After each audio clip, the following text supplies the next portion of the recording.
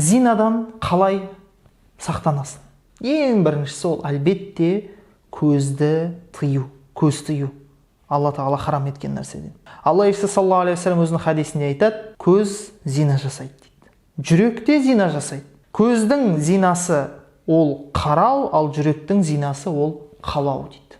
Қалау. Ал мүше болса, сол нәрсені не растайды, не өтірікке шығарады. Яғни сол себепті ол не істейді? Соған нәпсісіне еріп сол істі бәрі жасап жібереді, немесе өзін тоқтатады. Және де біз айттық, біріншісі демек көзді тыю. Екінші мәселе, әйел кісілермен жеке қалмау керек. Жеке қалмау. Расында оның үшіншісі кім болады? Шайтан болады. Тек қана сіздің махрам болған қыздармен жеке қалсаңыз болады. Яғни ол қарындасыңыз, ол анаңыз деген секілді да. Солармен ғана. Ал бірақ сізге харам болған, махрам емес болған қыздармен жеке қалуға болмайды. Ол класстас бар дейді, жұмыста бірге жұмыс істейтін әйел болуы мүмкін, қыз болуы мүмкін, басқа әрде кім болса да. Кейбір дұрыс емес адамдарды адастыруға, керісінше жақсылыққа емес, адастыруға апаратын адамдар айтады. Адам керісінше дейді, неге мынандай үйрену керек дейді. Сол әйелдермен араласа беріп, үйреніп кетеді да көз. Содан не болады ол? Ондайға бармайды деген секілді. Көз көріп үйренеді, болды, ол проблема емес дегенде айтады. Жоқ. Керісінше бұның нәтижесі көрініп жатыр. Батыста қандай болып жатқан? Батыста өте жағдай мүшкіл. Еркектер, әйелдердің баршасы сондай өте ашық киінгендіктен және барлығы бір-бірімен араласып жүре бергендіктен еркектер небір ауруға шалдығып жатыр. Және зинаның да түр-түрісі де, зина дейсіз ба, ермен ер дейді, әйелмен әйел дейді, неше түрлісі бар. Және еркектер тіпті 40 жасқа жетпей, 30-40 жасқа жетпей не болып қалады? Не дейміз? Жарамай қалады. Әйелге жарамай қалады. Сондай себепті. Өйткені ол не? Әрбір қызды көрген сайын, жалынаш деп айтуға болады ғой. Сондай қыздарды көрген сайын оның нәпсісі қозады да, нәпсісі қозған себепті, ол сол қозғандығын қандыра алмағандықтан, ол солай қозып, басылып жүре береді. Күні бойы түн көргеннен. Содан ол осындай бір ауруға шалдығады екен ер адам. Ол өте нашар нәрсе. Демек, бізге не істемеу керек екен? Қыз балалармен жеке қалуға болмайды. Және де бұның шешімі үйленгендерге қатысты. Пайғамбарымыз саллаллаху алейхи вассалам не деп айтқан?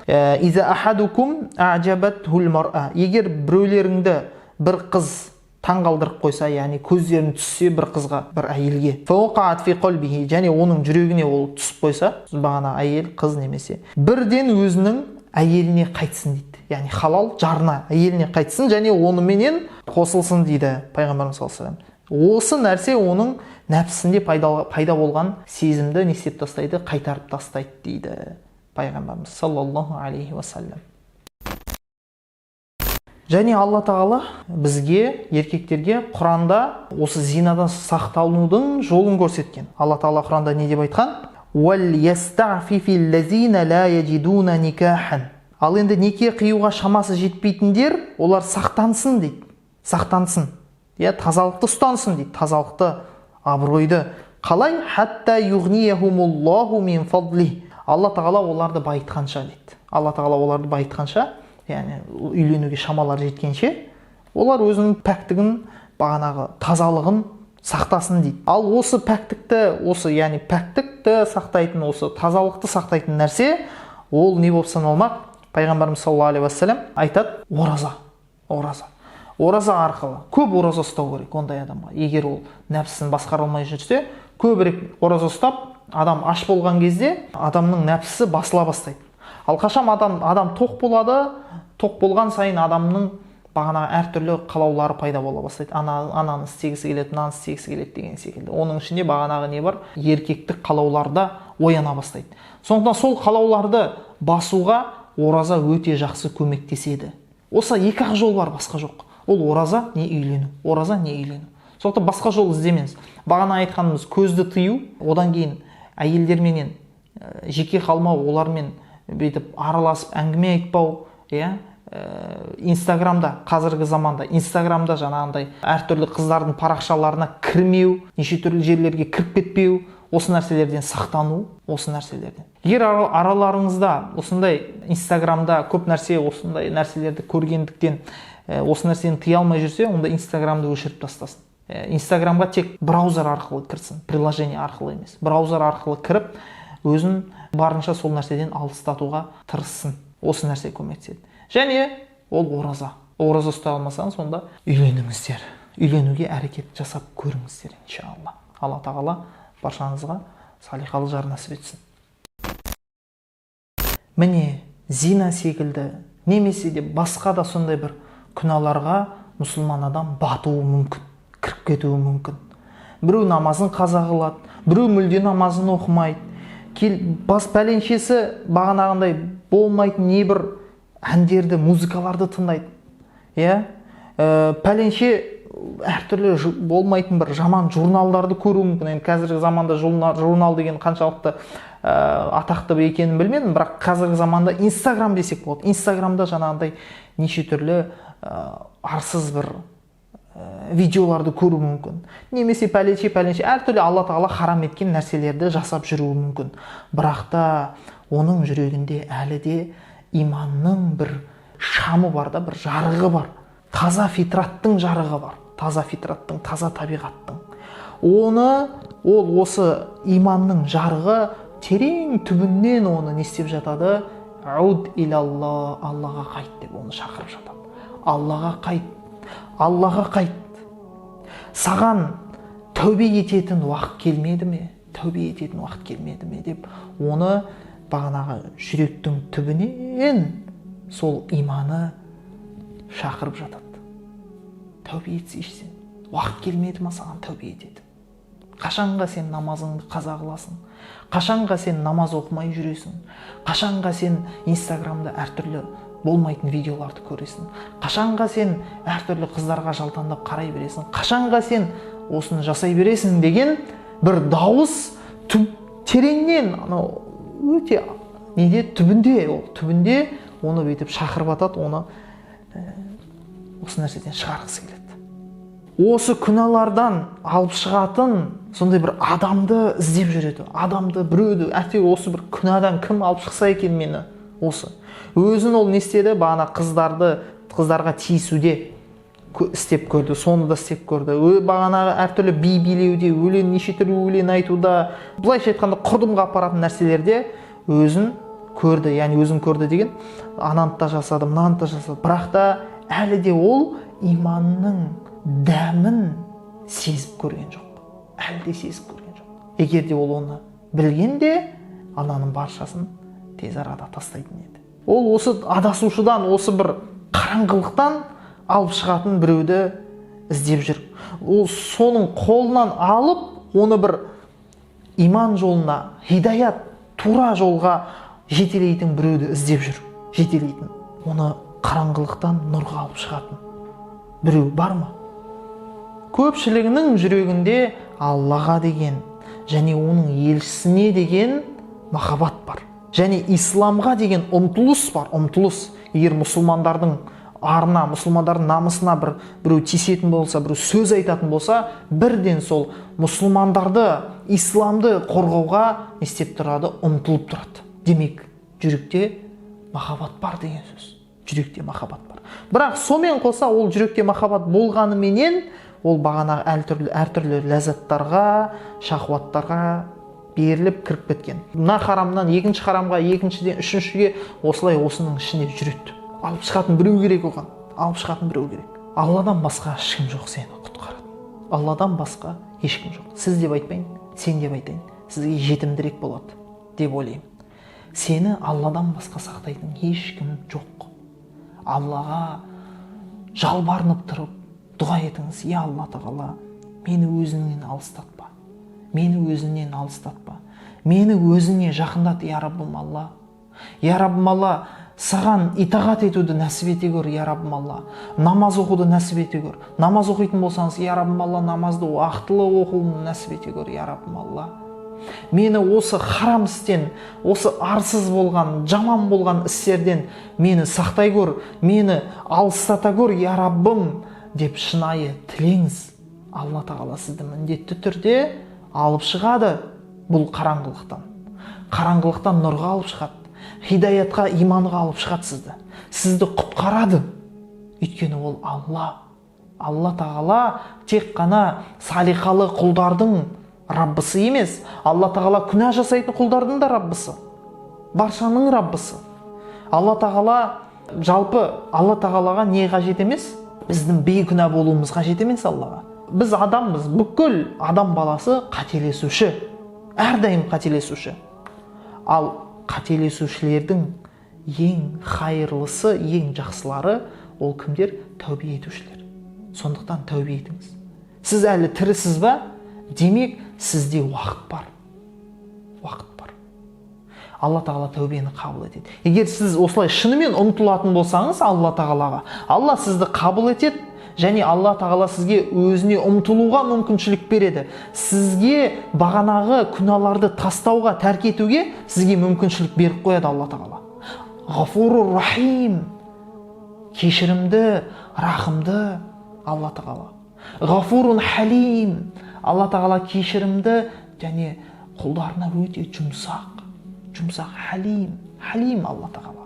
Жұмсақ құлдарына мәмілесі. Ол Алла ғой. Алланың махаббаты деген ол енді сипаттауға мүмкін емес нәрсе.